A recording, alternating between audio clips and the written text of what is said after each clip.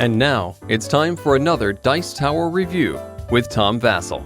Hey folks, Stonemaier Games is really well known for both viticulture and euphoria, and of course the upcoming Scythe, which is making all the rage. But in the midst of all that, there was another small game from them released called Between Two Cities. This is a game in which you are, well, literally between two cities. It's a drafting game where you are taking tiles and playing them, but you are essentially playing as partners with both of the people sitting next to you. But only one of you is going to win. How is that possible? I'll show you.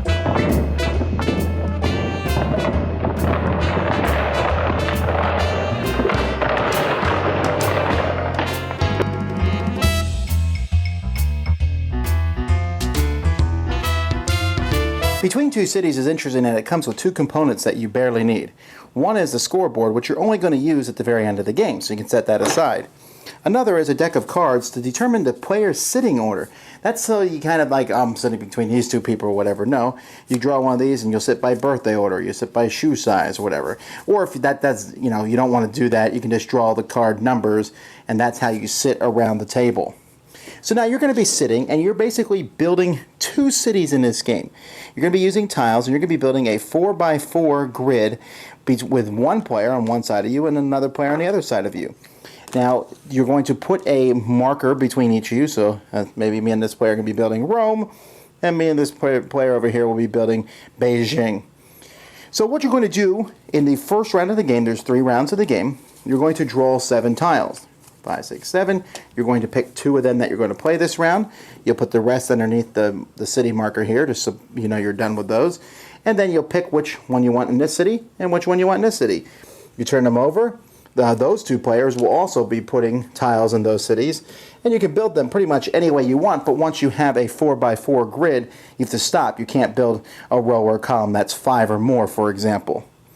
And once you do that, you'll grab the group from here, pick 2, play 1-1, then you'll grab the group again, play 1-1, and the last tile is thrown away. In the second round of the game, players are going to be drawing from, they're going to have 3 of these double tiles. They're going to pick one they won't play and build a double tile in both cities, which means every city will have 2 double tiles in it because both players will be playing 1 into it. Then in the third round, you'll do the same thing as you did the first round, drawing 7 of these, playing 2, except you just pass the other way. Once you are done doing that, the cities will be built and it's time to score them. So you're going to score each of your cities, and you'll use each city marker comes with a matching city marker, so that you just use the other one to score your 2 cities on the board. And there's different buildings in the city that will score different things. Shops, that's these buildings here, are going to give you points in a straight line. So there's 2 of them here in a straight line, so that's 5 points. But if you had 4 in a straight line, that could be 16 points. Factory tiles will give points to whoever has the most of them. Whoever has the most, if you have the most factory tiles, you get 4 points. If your city has the second most, they're worth 3 points. All other factory tiles are simply just worth 2 points. Taverns. There's 4 different symbols on the taverns, and for each symbol that you get, you'll get that many points. If you get all 4, it's 17. I only have 3 of the symbols in this city, so that's only 9. Office points basically give you points for however many you have. I have 3 of them, so that's 6. But the more you get, the more points you can get. Parks are kind of like the shops, except that they just have to be connected. They don't have to be in a straight line. So I have 3 of them here. That's worth 12 points. They have an interesting point structure. 1 is 2, 2 are 8, then 12, then 13, 14, 15, etc. Houses are worth 1 point for every other building type in the area. So this house here, we look at 1, 2, 3, 4, 5. There's 5 other building types, so that house is worth 5. So is this one. This house, unfortunately, is only worth 1 because it's next to a factory. That's the only kind of exception that there is. And that's basically it. You will then total both your cities' scores. And then the score of your lower city is your final score. And whoever has the highest score amongst those is the winner of the game. Before I forget, I should also mention that this game comes with a nice page and some cards for Between Two Cities, Autonomous, or whatever, Solitaire rules. I don't play game Solitaire, so I don't know what they're like, but just so you know, that's in there if you want to play this by yourself. There's a lot of things I like about Between Two Cities, so let me start with something I don't like. I think that overall, this is a drab-looking game. The tiles, they have symbols on that are easily recognized, but overall, it's kind of, it just doesn't look very interesting to cities. I wouldn't want to live in any of these cities. They just don't look very happy or joyful at all. And even the back of the tiles, this purple and yellow design, meh. Now, I do like the little city markers. Those are cool. Those are fun. I like those. Stonemaier makes little good parts and stuff. And, I mean, I'm glad they included the board, but, again, you use it once per game. Now, that being said, games of this, now let's start talking about the positives. Games are really quick. We're talking like a 20, 25-minute game. That's amazing. Secondly, there's almost no downtime. You are drafting, you're looking at these and putting them down. And then you're sitting there saying, okay, I'm helping you. We're going to make this city great. And we're going to make this city great. First I said, we're doing Canizia scoring here where we pick the lower city. And why would we do that? But you have to do that. Otherwise, you put all your eggs in one basket to make one city good.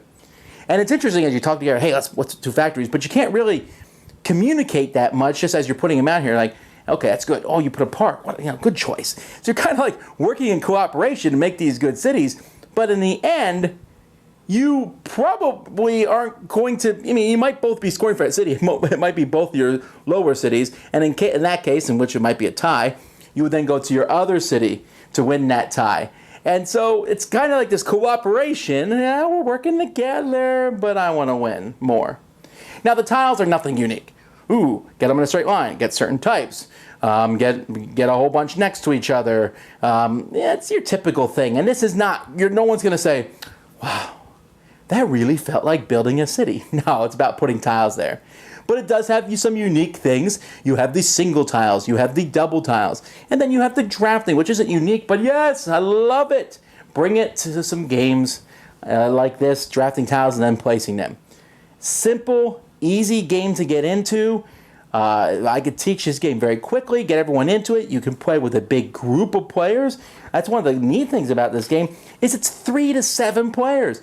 Normally I would scoff at that, but this one actually works. And that's one of the big selling points in this. So really, my only negative is just doesn't look very interesting. But other than that, don't let the looks fool you. It really is entertaining. Dice Tower Judgment approved! Thanks so much for watching the Dice Tower videos. Find more great videos and reviews as well as our top-rated audio podcast at Dicetower.com. You can also find other great shows at Dicetowernetwork.com. I'm Eric Summerer, and you've been watching The Dice Tower. The Dice Tower is sponsored by Cool Stuff Inc., where you can find great games for great prices. Cool stuff in stock. Check them out at CoolStuffInc.com.